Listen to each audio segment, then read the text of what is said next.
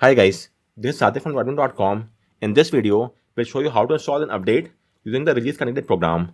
So as of now, you could see currently my phone has received the Android 16 update, OnePlus 11. But if I go to software update and have a look at my phone, let me show you once again. Yeah, update, software update, you could see there's no new update. So in that case, not an issue. Simply tap on this beta program and you will now be taken to the release state.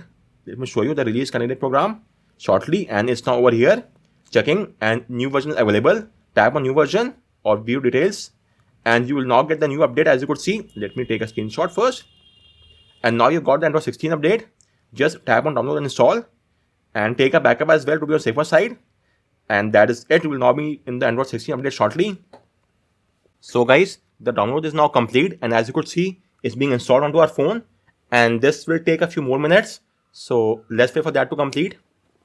So guys, update is now installed. Just tap on restart now, and with this we'll now be inside the OxygenOS 16 in just a bit.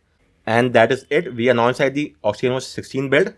Just let's do a verification once. So go to settings, and from here system update, then software update, and you could now see it's OxygenOS 16 build.